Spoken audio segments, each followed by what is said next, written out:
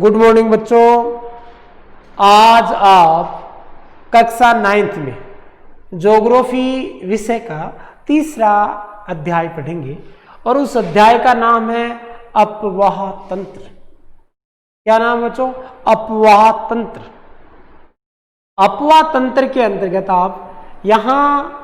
आप 3 महत्वपूर्ण नदियों के बारे में अध्ययन करोगे।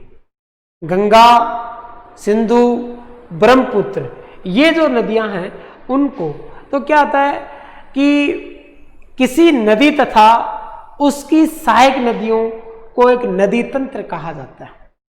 भारत में आपने इसमें 3 नदी तंत्रों के बारे में, सिंधु नदी तंत्र, गंगा नदी तंत्र, ब्रह्मपुत्र नदी तंत्र, इनके बारे में आप जानकारी प्राप्त करेंगे। तो ये आप देख रहे हो इस चित्र के माध्यम से नदी का स्रोत, यानी यहां से नदी का उद्गम होता है। ये नदी का ऊपरी भाग है, ये नदी का मध्य भाग है, ये गोखुर आकार से ये निचला भाग है। ये विसर्प आकार में नदी ये बह रही है। तो ये आपने देखा कि किस प्रकार से नदी की विभिन्न अवस्थाएं हैं। बच्चों क्या है? ये नदी की विभिन्न अवस्थाएं हैं। किसकी हैं? नदी की क्या है? महत्वपूर्ण अवस्थाएं हैं। आप इसमें देखते हैं, आपने देखा होगा कि अधिकतर प्रायद्वीपीय नदियां मौसमी होती है। प्रायद्वीपीय नदियां क्या होती है? मौसमी होती है, क्योंकि इनका प्रवाह वर्षा पर निर्भर होता है। शुष्क मौसम में बड़ी नदियों का जल घटकर छोटी धाराओं में बहने लगे। हिमालय की नदियों की तुलना में प्रायद्वीपीय नदियों की लंबाई कम तथा छिछली होती है। यानी एक तो उत्तर भारत की नदियां और दूसरी दक्षिण भारत की नदियां। तो यहां 2 उदाहरण दे रखे हैं आपको कि अधिकतर प्रायद्वीपीय नदियां मौसमी होती हैं क्योंकि इनका प्रवाह वर्षा पर निर्भर होता है। तो हिमालय पर्वत से निकलने वाली नदियां हैं, अधिकतर प्रायद्वीपीय नदियां मौसमी होती है, लेकिन वो होती है वर्ष भर बहने वाली नदियां उत्तर हिमालय में। दूसरा, शुष्क मौसम में बड़ी नदियों का जल भी घटकर छोटी धाराओं में बहने लगते हैं। हिमालय की नदियों की तुलना में प्रायद्वीपीय नदियों की लंबाई कम तथा छिछली होती है। अंतर हो गया दूसरा। फिर इनमें से कुछ केंद्रीय उच्च भूमि से निकलती है तथा कुछ पश्चिमी की तरफ बहती है। क्या आप इस प्रकार 2 बड़ी नदियों को पहचान सकते हैं? तो प्रायद्वीपीय भारत की अधिकतर नदियों पश्चिमी घाट से निकलती है तथा बंगाल की खाड़ी में बहती हैं। कौन सी हैं?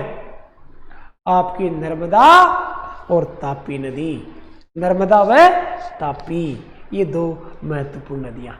अब देखिए, आप नेक्स्ट देखेंगे नर्मदा व तापी नदी। बड़ी सहायक नदियां इनमें मिलती हैं इस नदी तंत्र को। आप सबसे पहला जो तंत्र पढ़ेंगे वह सिंधु नदी तंत्र। पहला बच्चों, अब देखिए आप सिंधु नदी तंत्र। सिंधु नदी का उद्गम स्थान मानसरोवर झील है। यानी सिंधु नदी का उद्गम स्थान है मानसरोवर झील। मानसरोवर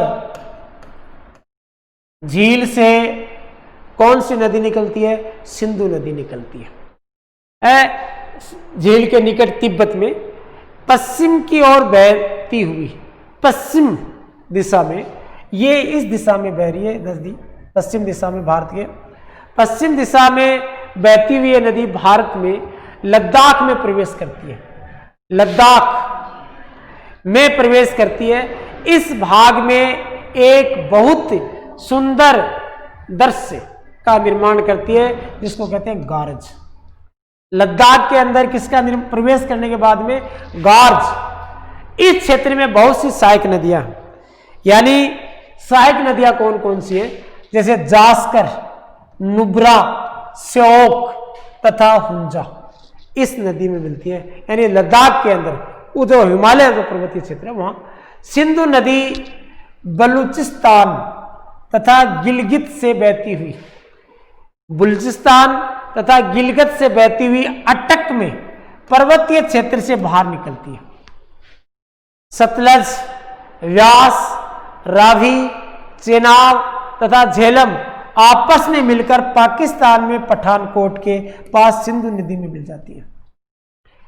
सतलज, व्यास, रावी, चिनाब और झेलम पंजाब में, ये पाकिस्तान के मिठान कोट के पास सिंधु नदी में मिल जाती है। इसके बाद ये नदी दक्षिण की तरफ बहती है।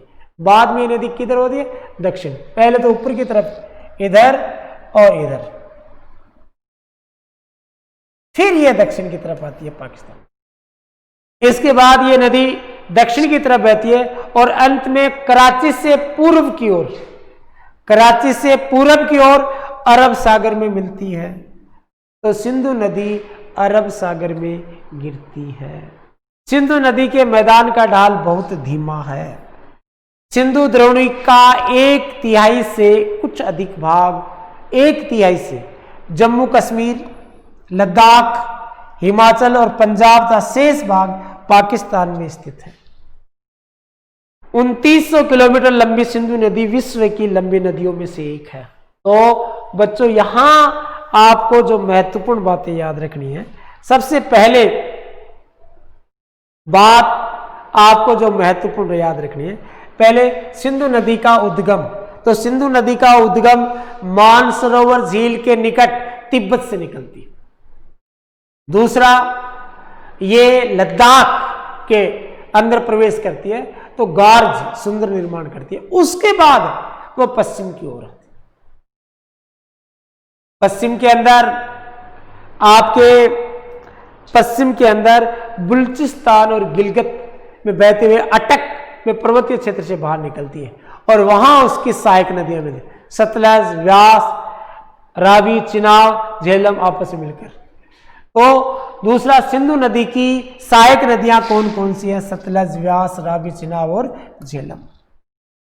और बाद में ये कौन से सागर में गिरती है? अरब सागर में गिरती है। कौन से सागर में गिरती है? अरब सागर में गिरती है। इसका 1/3 भाग सिंधु नदी का लद्दाख, जम्मू कश्मीर और हिमाचल में, पंजाब में है। ये विश्व की सबसे लंबी नदियों में से एक है। इसकी जो टोटल लंबाई है 2900 किलोमीटर है। सिंधु नदी की लंबाई कितनी है? 2900 किलोमीटर है, 2900 किलोमीटर है।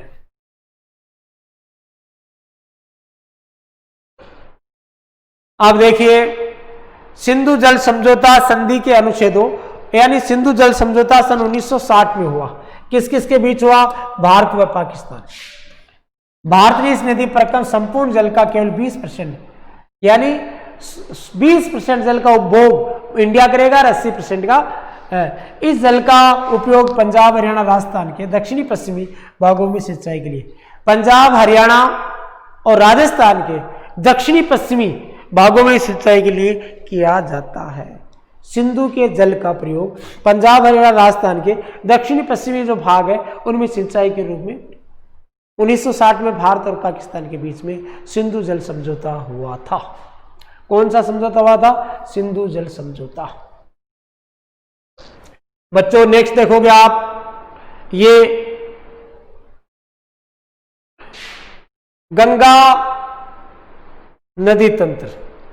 सिंधु, गंगा, ब्रह्मपुत्र, हिमालय से निकलने वाली प्रमुख नदियां। ये नदियां लंबी तथा अनेक महत्वपूर्ण हैं। ये तो आपने पढ़ी लिया। अब देखते हैं आप गंगा नदी तंत्र। तो बच्चों, आपने पहले देखा गंगा नदी तंत्र। गंगा की मुख्य धारा भागीरथी, गंगोत्री हिमालय से, यानी गंगा का उद्गम स्थान है गंगोत्री। अलकनंदा उत्तराखंड के देवप्रयाग में इससे मिलती है। अलकनंदा उत्तराखंड के देवप्रयाग में इससे मिलती है। यानी गंगा की मुख्य धारा भागीरथी, गंगोत्री है, वो क्या करती है? वहां से निकलती है और अलकनंदा उत्तराखंड के देवप्रयाग में इससे हरिद्वार के पास गंगा पर्वतीय भाग को छोड़कर मैदानी भाग में प्रवेश करती है। हिमालय से निकलने वाली बहुत सी नदियां आकर गंगा में मिलती है। इनमें से कुछ प्रमुख नदियां हैं। इनमें से प्रमुख, जैसे हिमालय, यहां से 2 निकलती है, भागीरथी और ये एक अलकनंदा, ये दोनों नदियां देवप्रयाग में मिलती है और वहां इसका नाम हो जाता है गंगा। क्या हो जाता है? गंगा। देवप्रयाग में नाम क्या होता है? गंगा। अब आता है गंगा में अनेक नदियां आकर मिलती हैं, जैसे यमुना, घाघरा, गंडक, कोसी, यानी ये गंगा नदी की सहायक नदियां। यमुना, घाघरा, गंडक, कोसी, सोन, चंबल, बेतवा, ये नदियां, केन, ये नदियां किस में मिलती हैं? गंगा नदी में मिलती हैं। गंगा नदी की सहायक नदियां। यमुना नदी हिमालय के यमुनोत्री हिमानी से निकलती है। ये गंगा के दाहिने किनारे समानांतर बहती है। इलाहाबाद में गंगा में मिल जाती है। घाघरा, गंडक, कोसी, नेपाल हिमालय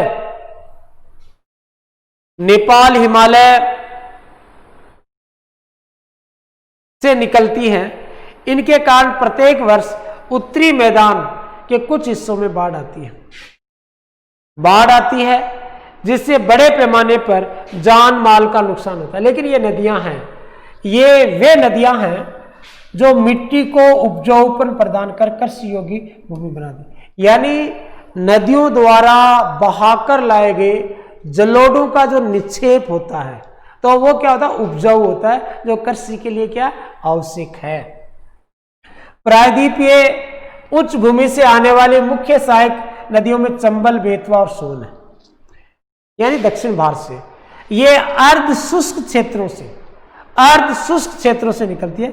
इनकी लंबाई कम तथा पानी की मात्रा भी कम होती है। ज्ञात कीजिए ये नदियां कैसे तथा कहां से गंगा में मिलती हैं। अब आता है बाई तथा दाहिनी किनारे की सहायक नदियां के जल से परिपूर्ण होकर गंगा पूर्व दिशा में पश्चिमी बंगाल के फरक्का तक बहती है। यह गंगा डेल्टा का सबसे उत्तरी बिंदु है। बिल्कुल नॉर्थ दिशा में, उत्तरी दिशा में यहां नदी दो भागों में बढ़ जाती है। भागीरथी, हुगली जो इसकी एक वितरिका है, दक्षिण की तरफ बहती है ये तो, और डेल्टा के मैदान से होती है बंगाल की खाड़ी में मिल जाती है। कहां मिल जाती है? बंगाल की खाड़ी में। ब्रह्मपुत्र को तिब्बत में सांगपो एवं बांग्लादेश में जमुना कहा जाता है। तो नेक्स्ट पढ़ेंगे। आप देख रहे हो गंगा नदी को पश्चिम बंगाल फरक्का और हुगली कलकत्ता में, ये क्या है? गंगा नदी का भी एक भाग। ये आप देखोगे मुख्य धारा दक्षिण की ओर बहती हुई बांग्लादेश में प्रवेश करती है एवं ब्रह्मपुत्र नदी इसमें आकर मिल जाती है। अंतिम चरण में गंगा और ब्रह्मपुत्र समुद्र में विलीन होने से पहले मेघना के नाम से जाना जाती है। मेघना, तो गंगा नदी को मेघना नदी के नाम से जाना है। गंगा एवं ब्रह्मपुत्र के जल वाली ये वृहद नदी बंगाल की खाड़ी में मिल जाती है। इन नदियों द्वारा बनाए गए डेल्टा को सुंदरवन डेल्टा के नाम से जाना जाता है, जो विश्व का सबसे बड़ा है। ये देखो आप, सुंदरवन डेल्टा का नाम वहां पाए जाने वाले सुंदरी पाद यानी सुंदरी वृक्ष हैं। सुंदरवन डेल्टा विश्व का सबसे बड़ा और तेजी से वृद्धि करने वाला डेल्टा। यहां रॉयल बंगाल टाइगर पाए जाते हैं। यानी क्या पाया जाता है? कौन सा tiger? Royal Bengal tiger Sundarban delta में पाए जाते हैं। यहां पर सुंदरी वृक्ष पाए जाते हैं। कौन से? सुंदरी वृक्ष। ये किस खाड़ी में गिरती है? बंगाल की खाड़ी में गिरती है। और गंगा और ब्रह्मपुत्र समुद्र से मिलने से पहले एक नदी का निर्माण करती है। यानी गंगा और ब्रह्मपुत्र दोनों आपस में मिलती है तो एक नई नदी बनती है, उसका नाम है मेघना। क्या नाम है बच्चों? मेघना। और आप देखिए देवप्रयाग में भागीरथी और अलकनंदा दोनों नदियों का संगम होता है, तब इनका नाम बनता है गंगा। अब क्या ये देखो नमामि गंगे परियोजना चलती है, एक एकीकृत संरक्षण मिशन है। इसमें राष्ट्रीय नदी गंगा से संबंधित 2 लक्ष्य रखे गए। प्रदूषण के प्रभाव को कम करना तथा उसके संरक्षण और कायाकल्प को पूरा किया जा सके। यानी इसका स्वच्छ यानी सफाई की जा सके, दूषित पानी सफाई का अभियान चल रहा है, ये एकीकृत संघ नमामि गंगे परियोजना के तहत। ये तो आपने पढ़ा, पहले आपने सिंधु नदी के बारे में पढ़ा, फिर आपने गंगा नदी के बारे में, और अब आप गंगा की लंबाई, जिस प्रकार से आपने देखा सिंधु नदी की कुल लंबाई कितनी है 2900 किलोमीटर, जबकि गंगा नदी की है 2500 किलोमीटर। गंगा नदी के अपवाह तंत्र को में पहचान सकते हैं, जैसे अंबाला नगर सिंधु तथा गंगा नदी तंत्रों के बीच जल विभाजक पर स्थित है। यानी सिंधु तथा गंगा नदी तंत्रों के जल विभाजक पर कौन सा स्थित है? अंबाला नगर स्थित है। अंबाला से सुंदरवन तक मैदान की लंबाई 1800 किलोमीटर है, परंतु इसके ढाल घिरावट मुश्किल से 300 मीटर है। दूसरे शब्दों में प्रति 6 किलोमीटर दूरी पर ढाल में गिरावट केवल 1 मीटर है। इसलिए इन नदियों में अनेक बड़े बड़े विसर्प यानी सरफ के आकार की आकृति ली जाती है। विजय सरफ चलता है, ऐसे ऐसी आकृतियों का निर्माण होता है।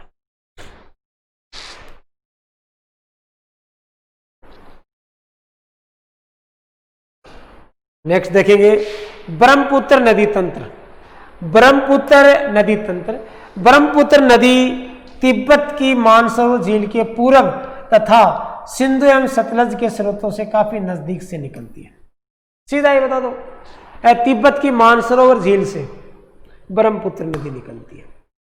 इसकी लंबाई सिंधु से कुछ अधिक, परंतु इसका अधिकतर मार्ग भारत से बाहर स्थित है। यह हिमालय के समानांतर पूर्व की ओर बहती है।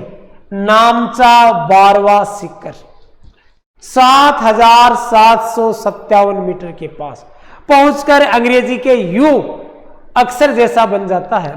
मोड़ अरुणाचल प्रदेश में गार्ज के माध्यम से प्रवेश करती है। यहां इसे दिहांग के नाम से जानते हैं। अरुणाचल प्रदेश में ब्रह्मपुत्र नदी को दिहांग के नाम से जाना जाता है। दिबांग, दिहांग, दिबांग, लोहित, केनुला दूसरी सहायक नदियां इससे मिलकर असम में ब्रह्मपुत्र का निर्माण करती हैं। तो आपने देखा ब्रह्मपुत्र नदी का उद्गम स्थान मानसरोवर झील। इसके बाद में इसकी जो सहायक नदियां दिहांग, दिबांग, लोहित, केनुला, ये इसकी सहायक नदियां हैं। तो बच्चों आपने गंगा नदी का तंत्र पढ़ा, सिंधु नदी तंत्र और ब्रह्मपुत्र को तिब्बत में, ब्रह्मपुत्र नदी है उसको तिब्बत में सांगपो एवं बांग्लादेश में जमुना कहा जाता है। ब्रह्मपुत्र को तिब्बत में क्या कहा जाता है? सांगपो, और बांग्लादेश में जमुना नदी के नाम से जाना जाता है। तो अब देखिए आप, तिब्बत एक शीत एवं शुष्क क्षेत्र है, अतः यहां इस नदी में जल एवं सिल्ट की मात्रा बहुत कम है। शीत व शुष्क होने के कारण जल व सिल्ट की मात्रा बहुत ही कम पाई जाती है। भारत में उच्च वर्षा वाले क्षेत्र से होकर गुजरती है ये, जल एवं सिल्ट की मात्रा बढ़ जाती है। यानी इंडिया के अंदर क्या होता है? जल व सिल्ट की मात्रा बढ़ जाती है, जबकि तिब्बत के अंदर शीत व शुष्क की मात्रा कम हो जाती है। असम में ब्रह्मपुत्र अनेक धाराओं में बहकर एक गुम्फित नदी के रूप में बहती है। बहुत सी नदियां द्वीपों का निर्माण करती है। बहुत ही इसमें बनाए गए सबसे बड़े नदीय द्वीप का निर्माण भी करती है। कौन सी? ब्रह्मपुत्र नदी, जिसका नाम है मोजुली द्वीप। मोजुली नदीय द्वीप नाम है इसका। ये ब्रह्मपुत्र नदी द्वारा बनाया गया है। इसके बाद में प्रत्येक वर्ष ऋतु में यह नदी अपने किनारों से ऊपर बहने लगती है। इससे अधिक नुकसान पहुंचता है।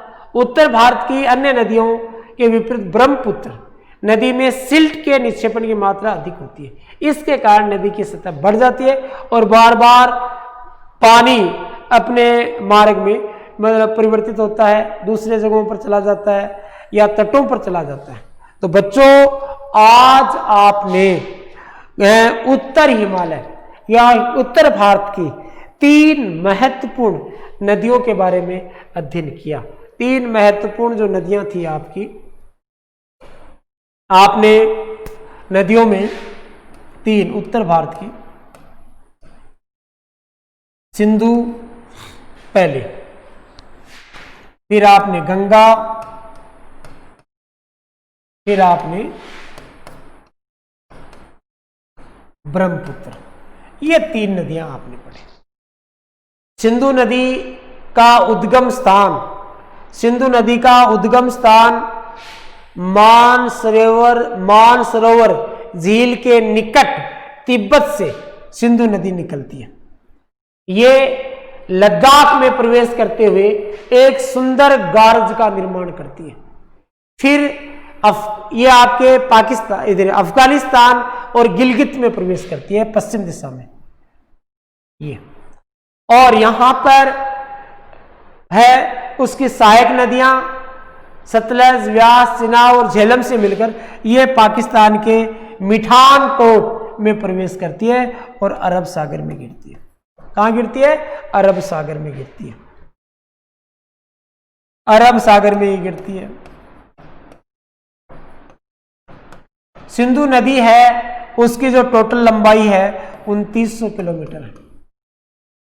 गंगा नदी का उद्गम स्थान गंगोत्री है और ये 2 धाराओं के रूप में निकलती है, एक तो भागीरथी, दूसरी अलकनंदा, और ये देवप्रयाग एक स्थान है वहां पर मिलती है और इसका नाम हो जाता है गंगा। क्या होता है? गंगा। गंगा नदी है वो बंगाल की खाड़ी में गिरती है और इसकी जो कुल लंबाई है वो 2500 किलोमीटर है। कितनी है बच्चों? 2500 किलोमीटर। इसकी सहायक नदियां गंडक, घाघरा, कोसी, सोन, ये इसकी सहायक नदियां। ब्रह्मपुत्र जो नदी है वो मानसरोवर झील से इसका उद्गम स्थान है। किसका? ब्रह्मपुत्र नदी का। गंगा नदी का इसको मेघना नदी के नाम से भी जानते हैं। मेघना नदी से कब जानेंगे? जब ब्रह्मपुत्र और गंगा नदी आपस में मिल जाती है, तब इस नदी का नाम चेंज होकर क्या बन जाएगा? मेघना। मेघना। और ये बंगाल की खाड़ी से गिरने से पूर्व कौन से डेल्टा का निर्माण करती है? सुंदरवन डेल्टा। सुंदरवन डेल्टा विश्व का सबसे बड़ा डेल्टा है। इसके अलावा इस सुंदरवन डेल्टा के अंदर कौन से पाए जाते हैं? तो बंगाल, रॉयल बंगाल टाइगर पाया जाता है। Royal Bengal tiger Sundarban delta में पाया जाता है। ब्रह्मपुत्र नदी की सहायक नदियां उद्गम स्थान तिब्बत, मानसरोवर झील, और इसकी सहायक दिहांग, लोहित, केनुला, ये इनकी जो सहायक नदियां हैं। और ब्रह्मपुत्र नदी को आपके जमुना नदी के नाम से भी बांग्लादेश में जाना जाता है। जबकि तिब्बत में सांगपो नाम से जाना जाता है। और यहाँ इसको पश्चिम बंगाल के अंदर हुगली नदी के नाम से जाना जाता है। बांग्लादेश में फरक्का नदी के नाम से जाना जाता है। यहाँ जमुना के नाम से भी जाना जाता है। तो बच्चों, ये आपने तीन महत्वपूर्ण तंत्र पढ़े। सिंधु नदी तंत्र और गंगा नदी तंत्र और ब्रह्मपुत्र नदी तंत्र।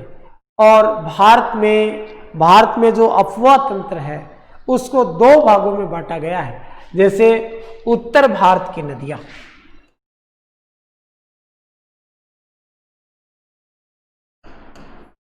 उत्तर भारत की नदियां और एक दक्षिण भारत की नदियां।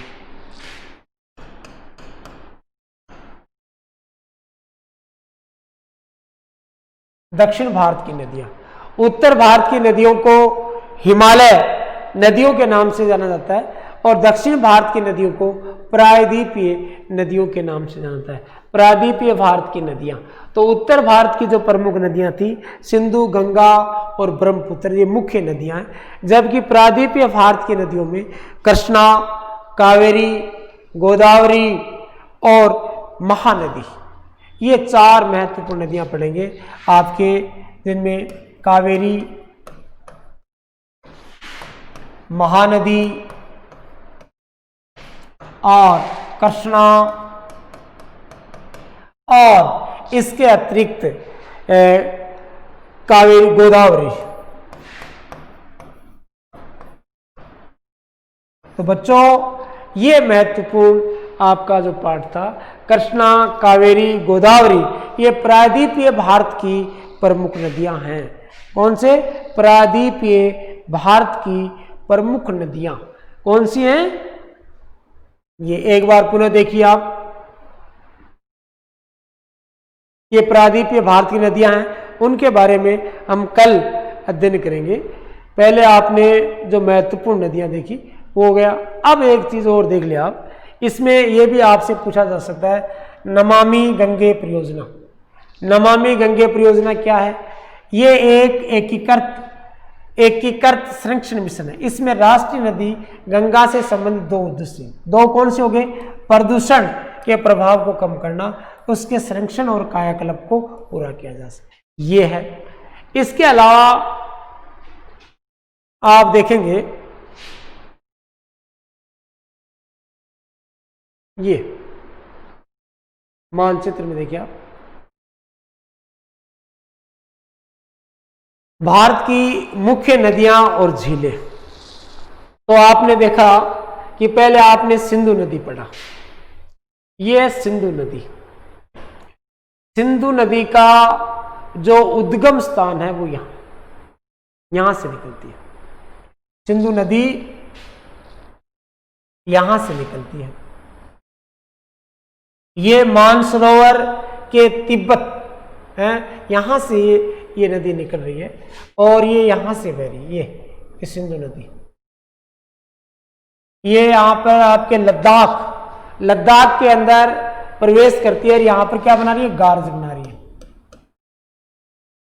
फिर ये यहां से सिंधु नदी इधर आपके गिलगित और अफगानिस्तान में प्रवेश करती है, और पाकिस्तान के मिलने से पहले आपको ये जो नदियां झेलम, चिनाब, रावी, सतलज, व्यास, ये सब बनती है, पाकिस्तान में प्रवेश करती है। ये सारी कौन सी नदी है? सिंधु नदी है।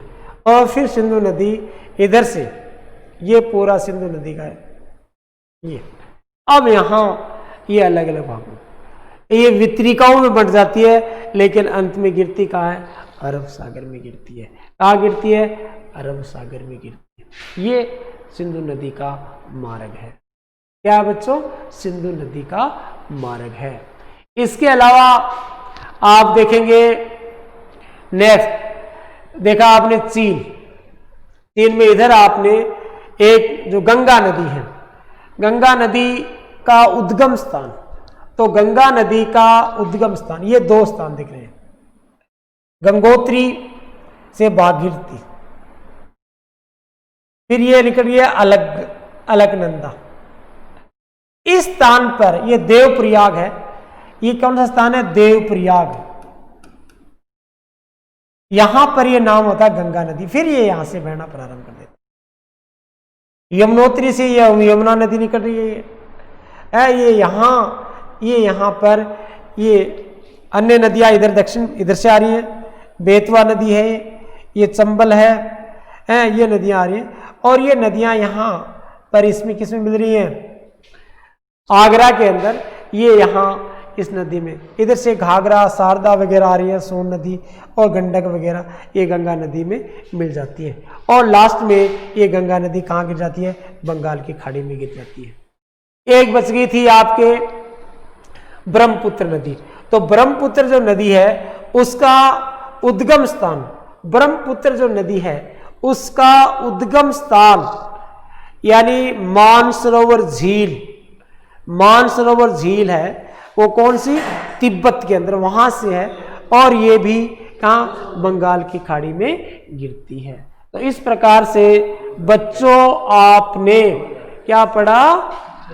उत्तर हिमालय या उत्तर भारत की नदियां और उन नदियों के अंदर 3 महत्वपूर्ण नदियां पढ़ी।